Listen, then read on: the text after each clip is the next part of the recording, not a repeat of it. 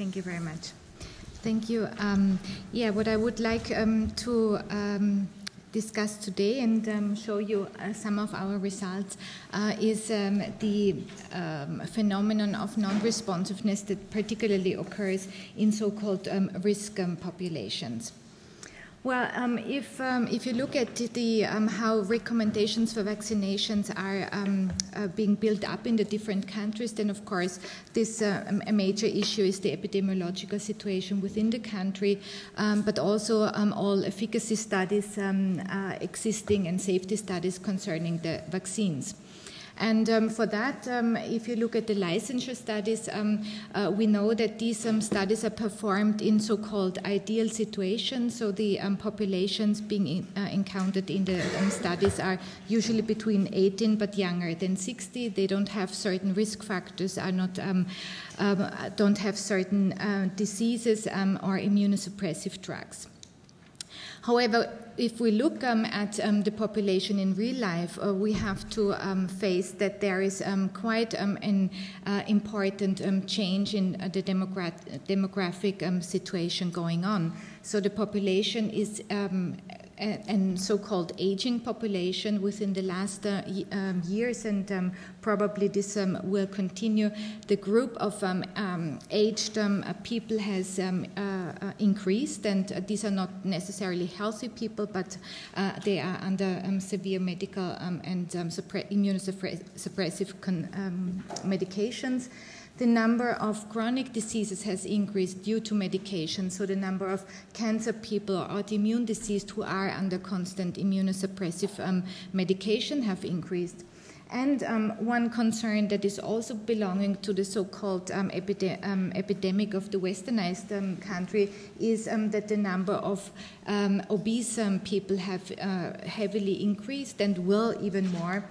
So that the question is, are these recommendations we're giving out today, do they fit also under these circumstances, or do we have to consider that we have to change certain vaccine approaches? So this is what we have been working with within the last years, asking these questions, and what I would like to show today is our studies on so-called non-responders, genetic or non-genetic non-responders. Then I would like to show you a study in elderly people and how much gender is influencing also immune responses. Ongoing studies are in allergic people and in obesity, and we have newly started now, which I don't have the results for, in cancer populations. So coming to the definition of non-responsiveness, it is generally thought that non-responsiveness in healthy individuals usually occur in about 1 to 10% of healthy individuals will not respond to a certain vaccine. We know this from hepatitis B vaccine, about 10% of non-responders exist. But we also know this from other vaccines like, and I would like to stick also to this, tick-borne encephalitis vaccine, which is a vaccine that is given in particular in Europe, in Middle Europe and Northern Europe, and belongs to the category Borrelia you have heard now, and this is the viral infection that is transmitted via ticks. Well, the question we have been asking ourselves is, are there different types of non-responsiveness, and if this is an antigen-specific phenomenon, meaning a non-responder to hepatitis B, will this person also not respond to other vaccines, and so on. And for this, we have been looking at the humoral immune responses, but also at the cellular, and tried to investigate the underlying mechanisms. For this purpose, we have worked with 2 vaccines in our study, with influenza vaccine and tick-borne encephalitis vaccine. And we have selected 2 types of non-responders. One were tick-borne encephalitis non-responders, meaning that they had gone through vaccinations previously and did not respond to this vaccine. And the other ones were hepatitis B non-responders. And both groups, they were vaccinated with tick-borne encephalitis vaccine and influenza vaccine, and compared to a healthy high responder group. And what we have been looking at was antibody responses and cellular responses. So looking first at the antibody titers to tick-borne encephalitis, as expected, the group of tick-borne encephalitis non-responders, again after booster vaccination, did not respond with antibodies, but hepatitis B non-responders very well responded to the other vaccine, to TBE vaccine, as good as the high responder vaccinees did. All of the three groups, when vaccinated with influenza, showed very good immune responses to all influenza types, as it's shown here, meaning that, so to say, the non-responders to TBE was restricted only to this vaccine, but not to other vaccines. When looking at their cellular responses, we looked at cytokine production, mainly IL-2 and interferon gamma, in cells that have been stimulated with the vaccine antigen. And if you look here, in this one here is the cells from the high responders that have been stimulated with tick-borne encephalitis and influenza antigen. And to both antigens, they responded very well with IL-2 and interferon gamma production. When looking at the TBE, the tick-borne encephalitis non-responders, in the cellular compound, we saw that after stimulation with this vaccine antigen, there was no production of IL-2 and interferon gamma, but these people could respond on the cellular level against the influenza antigen. But when we looked at the population of the hepatitis B non-responder, if you remember, they had very good antibody responses to both vaccines, but they did not respond on the cellular level to both antigens. They did not produce any IL-2 and interferon gamma. But when looking at IL-10, which is a known immunosuppressive cytokine, only these hepatitis B non-responders had extensively high IL-10 levels already before vaccination, but even higher after vaccination when stimulated with both antigens. So, of course, of interest was then for us the population of regulatory T cells known to be responsible for immunosuppression. And in the high responder group, and we see this in under normal vaccination conditions usually, that regulatory cells, they decrease after successful vaccination, and this we could not very much, but still significantly see. But in the two non-responder group, there was actually an increase in regulatory cells after vaccination. And these cells, these regulatory cells that increased, they also produced higher amounts of IL-10. So what we could see from this study was that there are different kinds of non-responsiveness existing. In the TBE non-responder group, we saw that the non-responsiveness is strictly restricted to that one antigen. So those who have no antibody responses, they also don't have cellular immune responses. There is no genetic predisposition because we couldn't find any HLA association, but they showed increased regulatory cells, and they had, which I couldn't tell you, they had compensatory mechanisms on mainly the cytotoxic T cells. But the hepatitis B non-responders showed a total different picture. Namely, they were able to respond to different vaccine antigens on the humoral side, but not at the cellular side. And this non-responsiveness was associated with regulatory cells and with a genetic predisposition with a certain HLA class type. So this study did not answer the question. This was everything done under booster conditions. So what we still don't know is how these people will react when they are confronted with a total new vaccine for the first time. This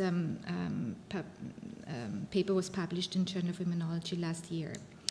So a similar question now about novel vaccine. We have been looking in elderly. You know that elderly people, well, actually already, I have to say already, with the age of 50, the immune system is highly changing, and we know that there is limited capacity from B cells and T cells, so that the immune response or the repertoire is really decreased to be able to have good responses. And the question we were asking now is what happens in the elderly when they are confronted with a new vaccine, which they haven't seen in previous years before. So why we are interested in that is because elderly population, I'm running also a travel clinic in Vienna, and I know that healthy elderly, they love to travel. So it is a population that is of, at least we have to consider that there are new questions coming up. And we know from certain vaccines that they do not respond very well. And one of these new vaccines we have been testing is the Japanese encephalitis vaccine. It is a virus infection, you probably know, mainly occurring in Southeast Asia, and is most of the people, at least in our country, have not been vaccinated at previous days. So this was an ideal situation to test the difference between young and elderly one. Young means in around 24 years compared to people who have been 68 years. And they got a primary series of this vaccine. And we again looked at antibody responses and cellular immune responses in both age groups. And you can see already that here in dark blue that the antibody levels measured, they were significantly lower in the elderly compared to the younger ones. And when we looked even at the so-called low or no responder in these two populations, we saw that in the young population, the majority, 87% responded very well. Only 13% showed very low or no responses. But in the elderly, you can see that nearly half of the people did not respond to this vaccine or only with very low amounts of antibodies. At the cellular levels, we were again looking at IL-2 and interferon gamma, and particularly with interferon gamma, we could see that there is hardly a response after vaccination in the elderly, while this was very good in the young ones. And of course, again, we were interested in looking at the regulatory cells. And you can see already here that the young individuals, they have from the beginning a very much lower amount of regulatory cells compared to elderly. You can see that this is increasing. But what is also obvious is that with vaccination, the population of regulatory cells even more increase in elderly people. And we also looked at the T cells, how they change with the age, and there you can look at the differentiation state of CD4 and CD8 cells. And in young people, you find, which is clear and logical, the so-called early differentiated and naive T cells you find in higher amounts than in the elderly. And the elderly, what they show is so-called late differentiated cells. These are T cells that have been more or less stimulated for a long time and are not very functional. And the question is, why do elderly have these high amounts of these undifferentiated ones? And one important issue, obviously, is the infection with CMV virus, which is known as a marker for immunosenescence. And you can see that in the young individuals, when you look at seropositivity, the majority is still naive. They have not encountered this virus, but in the elderly, the majority, more than 70%, are CMV positive. And it is, there is a clear correlation between the infection with CMV and the number of these end-differentiated T cells on the one hand, and on the other hand, with the lower antibody response, meaning that if you have no functional cells, they will also be not able to give help for antibody production.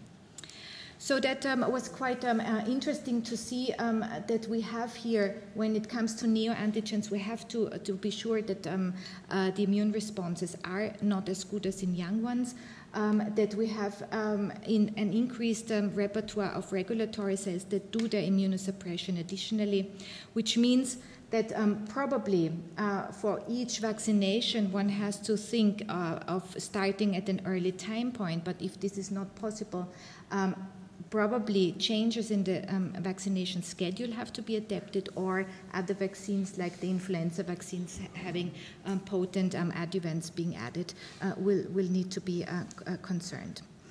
If I still have a few more minutes, I just want to go into the question, how much does the route of vaccination influence non-responsiveness or not? We have also looked at this question with the tick-borne encephalitis vaccine, looking into people who got intramuscular versus subcutaneously the vaccine, because generally it is thought that intramuscular gives more better immune responses than the subcutaneous with adjuvanted vaccines. But this is not true, at least for this vaccine, and not in a population of around 35 years old people. There is also no difference in between men and women, so the immune responses are as good if you give it in both routes. No differences in the cellular level, but this you might have realized already. The rates of reactogenicity are much higher when it comes to subcutaneous immunization, and particularly interesting is that women are more affected from side effects than men, and not only mainly it's local reactions, but partly also the intensity for systemic side reactions are strong after subcutaneous immunization and also in women. So that is is not an issue to be afraid about that the vaccine doesn't function, but it is important to give respective information to females and males when you do the vaccination.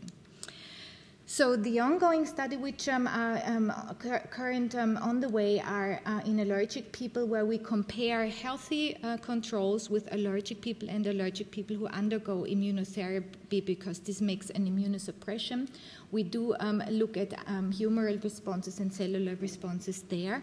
And we have started a vaccination study in obese adolescents and adults, because we know that these people are under immunosuppression. They have a higher susceptibility to infection, and most probably also do not respond as well to vaccines as we would hope to do that. So as I see the challenges, we heard a lot of challenges in vaccinology. I think that it's not only the complexity of the different pathogens that is a challenge for what is coming up, but it is the demographic changes in our society. It is the changes of medication that are routinely being given that is the challenge of efficacy. And of course, under these circumstances, we also need to have effective vaccines and vaccines of high safety. So what I personally think is that the general vaccinology is not fitting into our society anymore, so we also have to think that there is some sort of personalized vaccinology, at least when it comes to risk groups, not necessarily on the individual level, but concerning certain groups. And I think this is what we have to work on in the future heavily to be prepared with the right and effective vaccines. I want to acknowledge those who have been working. So it's Erika Garner-Spitzer, who has been working on the non-responders. It's Angelika Wagner working with elderly, and it's Stefan Hopf, who is working with the obese and the gender comparison of immune responses. Thank you very much for your attention. Thanks a lot, Ursula. I fully support the conclusion you provide in the last slide. The changing demographic distribution and targeting the elderly should be something really interesting for development for new vaccines. Yeah. And the using of novel adjuvants and new schedules for improving the immunogenicity in the elderly. Whether the overall effect of the Tregs upregulation in the elderly and the CMV effect, whether these effects were both independent, or was one the cause of the other? Was CMV maybe driving this problem? Actually, the regulatory cells and the CMV positivity is not showing this correlation. So you find an increased regulatory number also in those who are negative for CMV. So this is obviously a process that has to do with aging, but is not necessarily triggered by CMV infection. It has not been found there. Yeah, one more question. My question was related to the interesting observation of the Tregs. It's interesting you see them high in the elderly, but also, if I remember correctly, you also saw increased expansion, particularly in the elderly post-vaccination compared to the young individuals. Do you have any idea why this is? And are they antigen-specific Tregs, or is this a bystander activation?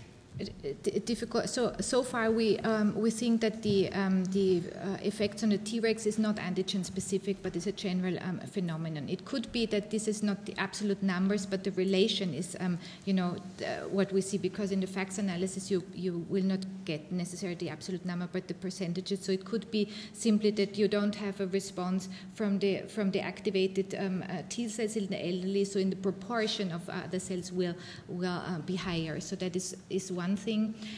The other, of course, could be that on the long run you will have in the beginning a non-specific effect, but maybe you have as well regulatory cells that are antigen specific.